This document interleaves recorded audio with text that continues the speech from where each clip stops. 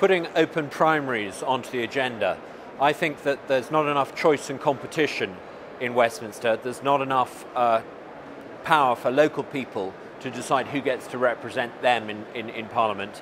I've argued for open primaries so that everyone gets a say in who gets to be their next MP. This is an idea that the Conservatives are now experimenting with. I think it's soon going to be taken up. In a few years' time, I think it'll be mainstream, but I think we urgently need it. Well, spoilt for choice, really. I mean, there's fair funding for our children, because our children in Haringey get over £1,000 less per head. So next time they review it, we should get more. It's about women's appearance and stopping airbrushing being used to falsify images. It's about freezing council tax. It's about name blank employment. Could make a huge step change if people could use their national insurance numbers to apply for jobs and then not be discarded because their name is foreign and alien. And that may find its way into the Equality Bill. Good question. I suppose a recent example would be on the decision by the government to reverse its cuts in the Territorial Army training. I made it clear to the Whip's office that I couldn't support the government on that vote. And I suppose that's the benefit of not being a serial rebel, that the fact that I warned them that I couldn't support the government, I think they took that quite seriously, and before the end of the day, due to mine and other people's efforts, the government reversed those cuts. Well, I think this year, 2009, it probably has to do with policing protests. That for a long time I've been worried by the way in which the police have been using their powers with regard to protesters, especially environmental protesters. And this year it all came to a head with the G20 and especially the climate camp protest at Bishopsgate, which went horribly wrong, and the police did things there which were quite unacceptable.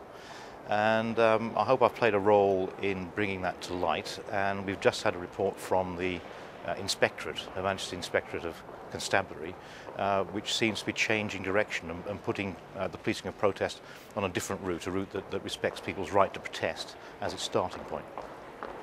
I think one of the most useful things I did was to persuade the government to raise the age at which spouses, husbands or wives, could be brought into the country, which made it more difficult for parents to marry off young girls, sometimes forcibly, to men from the Indian subcontinent, Pakistan, India, Bangladesh.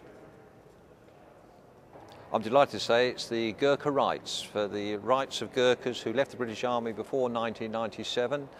I brought in a 10-minute rule bill. I challenged the Prime Minister on this. I queued through the night a year or so ago as I got early day motion number 1. I tabled parliamentary questions. I'm a member of the Home Affairs Select Committee, and we invited Joanna Lumley to come along, and it all came together, and the House of Commons, on a rare occasion, actually defeated the government. And I like to think that I played a prominent role at parliamentary level in that very successful campaign. I think the greatest achievement has been to get a new hospital built in Birmingham Edgbaston, 600 million investment. In terms of the policy area, when I was a health minister, it was setting up NHS Direct, which has helped millions of people. I'm probably most proud of being part of a large campaign to get an 80% carbon reduction target in the Climate Change Act. But that was certainly something that took hundreds of MPs and tens of thousands of people across the country. In terms of a change that I've played a significant role in achieving, I would actually say it's the victory to allow clips of Parliament to be shown on YouTube. This is a way, I think, of opening up Parliament and politics to make it easily accessible to people, and I think in time it's going to prove as important as the decision 20 years ago to allow the television cameras in the House of Commons in the first place. I'm delighted that you can now share clips of Parliament on YouTube. There's still a few little technical details to continue with in the House, but I'm also quite confident that we will get them resolved so that people can enjoy watching Parliament and forward on clips to their friends of stuff that they've found interesting.